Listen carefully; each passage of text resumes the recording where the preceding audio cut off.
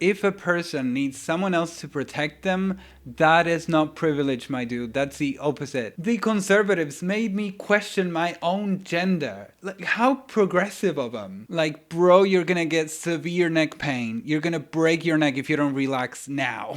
Well, hello there, welcome to my channel where we learn how not to be men. So I recently thought of making a video about, the theories of the current misconceptions about masculinity. But then I thought, oh well, maybe it would be more interesting and graphic if I just say what I think about what conservatives have to say about this topic. So yeah, I'm gonna be showing some arguments from these alpha males from a Jubilee video. I'm gonna put it somewhere here.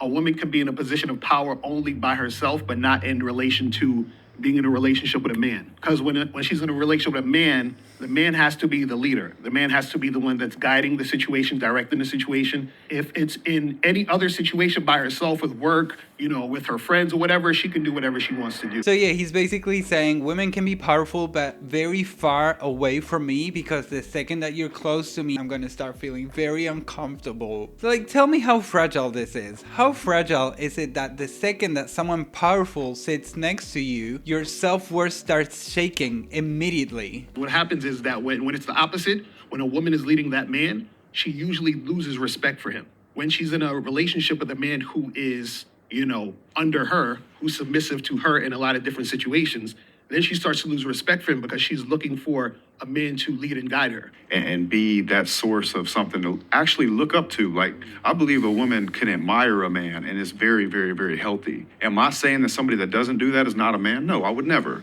But ideally, I think those relationships are much happier when the man can lead a house and be proud of going out and going to work every day and fighting for his family. Yeah. The fact that these men need people looking up to them all the time just means that they're starving for validation. Why do you need people admiring you in order to feel good about yourself? And to get that validation that they so much need, they sort of invent this weird theories about how respect connects with power, as if the only way to get respect from someone is to have power over them.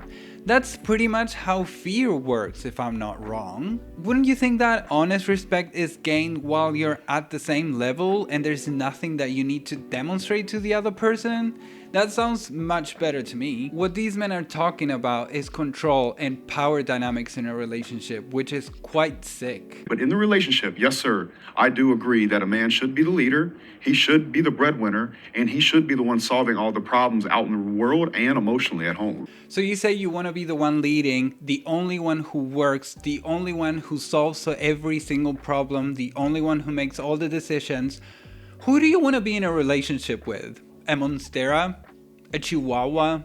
And with every woman that I've worked with, there is this deep, deep, deep desire, regardless of what she says externally, to submit to the leadership of a man that she knows can properly hold down the emotional space and really put her interest at the forefront. Truly, deep down, every woman would love nothing more than to be more feminine in a role, in a family, and take on that either that motherly role or that nurturing role, or the role that feels supportive to the overall mission of a man. It's just got to be a man worth getting behind, and weak men are the reason why this is a problem. Saying that you know better about what a person wants than themselves, even when that person is saying the opposite, is wild. But also, isn't it crazy how these assumptions about what a woman wants align perfectly with what their ideal world is, where a woman is led, where a woman can't decide about anything, and where a man decides how every situation plays out. Such a coincidence. It's as if they were making all of this up just so that they can control women and have as much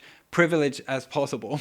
It's just that I don't think that crying, particularly sobbing, is going to be very healthy as the leader and the person that they're supposed to come to for that safety and that care.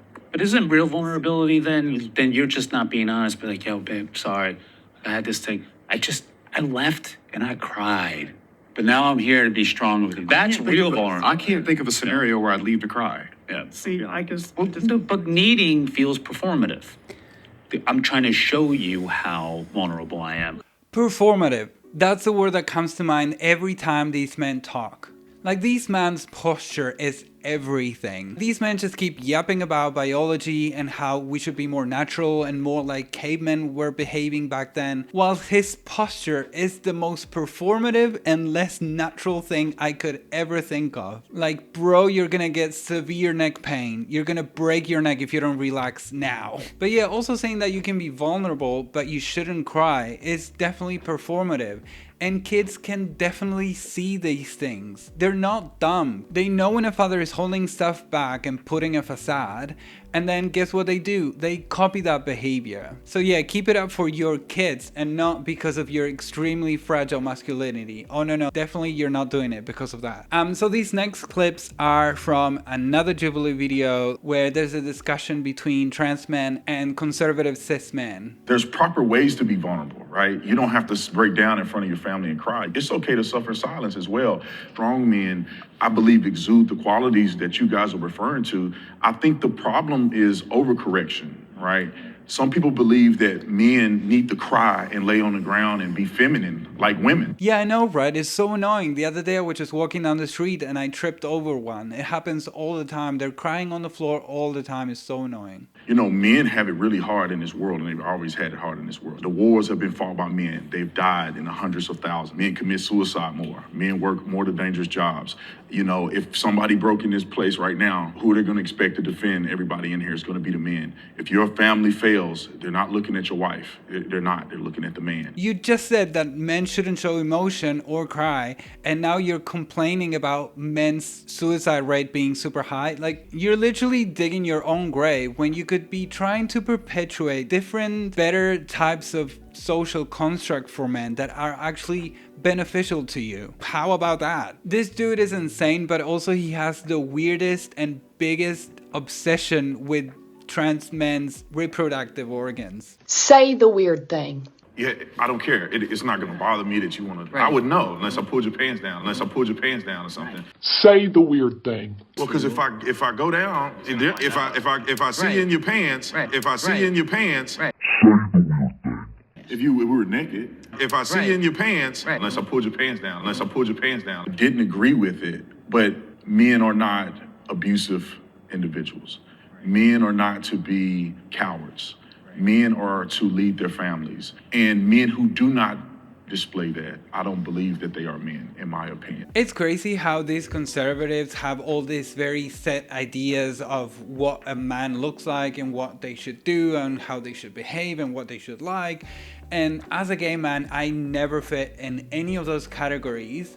And because of that, at one point I started wondering if I was really a man. The conservatives made me question my own gender. Like, how progressive of them. But then I was like, okay, this is not making a lot of sense because they don't think I'm a man, but they also don't think I can be a woman, and there's no such thing as non-binary according to them, so then what am I? And I guess I would be a beta man, which this is a really beautiful concept because you complain about how hard men have it, and then you go ahead and classify yourselves in alpha and beta man. I'm sure that this is really gonna help men's mental health. Like, there's men out there who have a very high emotional intelligence, who love reading instead of going fishing, and they feel bad about themselves because they don't like taking fish out of the water. Such a silly social construct that helps absolutely no one. My biggest question for the other side really is, are you happy? Anybody that wants to fundamentally change society and change gender roles, to me, that's not happiness. And if we want to fight for acceptance, we need to start with acceptance, which is accepting society for what it is. So if you didn't know, this guy's gay, and what I would tell him is, if you would get on a time machine and go back and tell everyone who fought for your rights to stop fighting and accept society for what it is, and for some reason they would actually do that, they would stop, you wouldn't be here, let alone having the opportunity to tell your opinion publicly. So to me, and we talk about suicide rates among young trans people, this whole ideology is telling people to derive their value off of what somebody else is saying about them, or what somebody else affirms to them. So we say that, you know, society is the problem and we're not allowing people to be who they are, and that's why they're committing suicide. But maybe it has to do with the messaging that we're sending to these kids, that you derive your value from if somebody uses your correct pronoun, or you derive your value if this person accepts you for wearing a dress. Be who you are, but tell them to be empowered about it and not get that empowerment from somebody else. If a kid would be being bullied, this guy would go and tell him that it's his problem. If a woman would be being abused physically, he would go ahead and tell her, oh, it's your fault because you didn't take karate classes. Like, the people doing the harm are the ones who are at fault. They're the ones to blame, not the victims. We're different. So we're not men. We're different.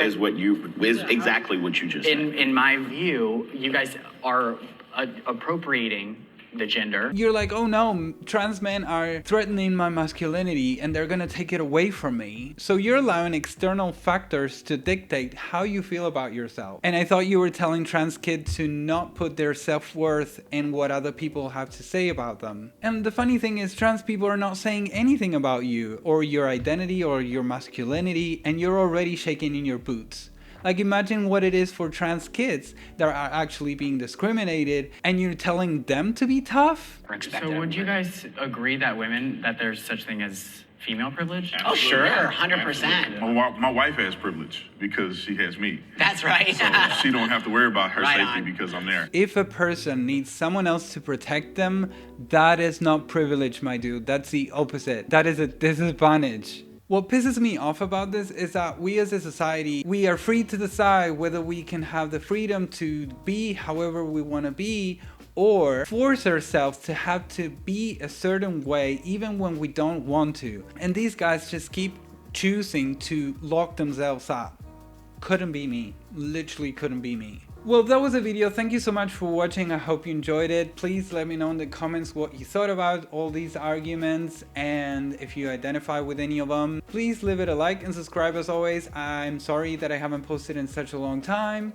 I don't know. Sometimes videos come to me very easily and I can post 2 in a weekend, and then sometimes a video can take me 3 weeks. But yeah, hopefully in time I get better at it. Who knows? Fingers crossed. Yeah, I'll see you next time.